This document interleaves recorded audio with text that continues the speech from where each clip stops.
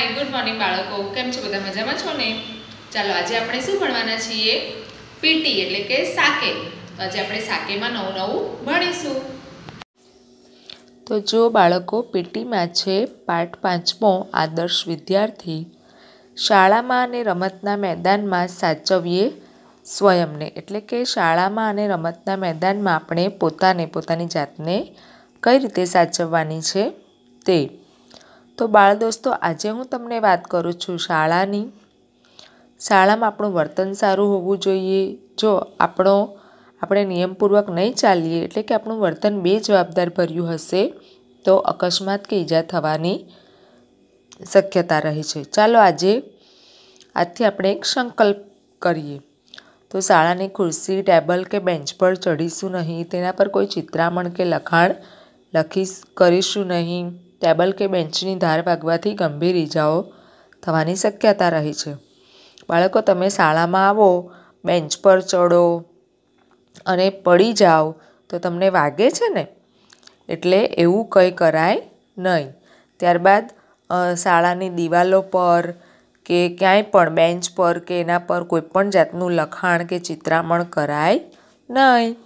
અણીવાળી કે ધારવાળી વસ્તુઓ જેવી કે પેપર કટર, પરીકર, પેન્સિલ વગેરેથી ઈજા થવાની સંભાવના રહે છે।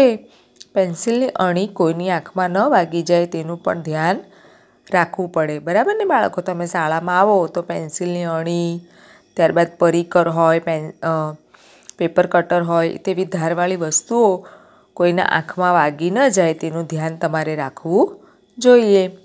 શાળાની લેબોરેટરી અથવા કોમ્પ્યુટર લેબમાં શિક્ષકની સૂચના મુજબ અનુસાર જ કામ કરવું જોઈએ।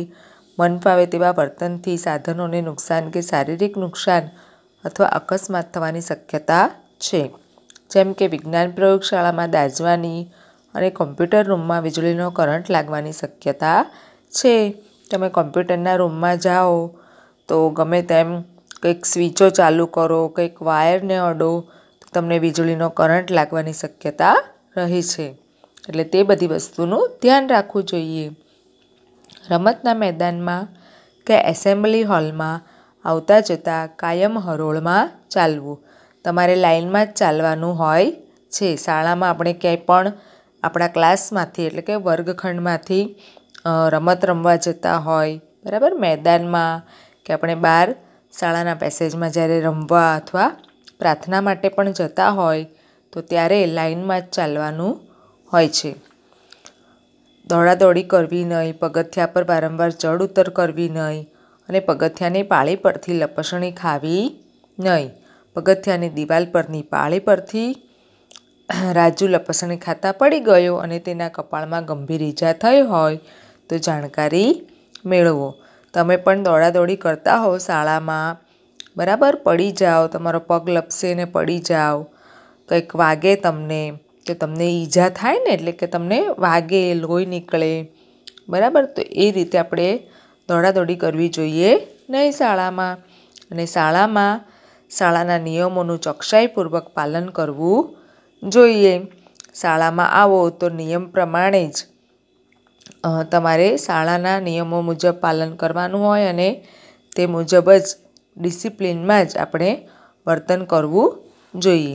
તો બાળકો આ જ રીતે જે નિયમપૂર્વક શાળામાં વર્તન કરે છે, બધા નિયમોનું પાલન કરે છે, તેને જ આદર્શ વિદ્યાર્થી કહેવાય। તો બાળકો તમારે આ પીટીની ચોપડીમાંથી તમારે આ પાઠ ભણવાનો છે, તમારે વાંચવાનો અને તમારે આ વિડીયોમાં જોઈ અને આ રીતે સમજ મેળવવાની છે। આવજો।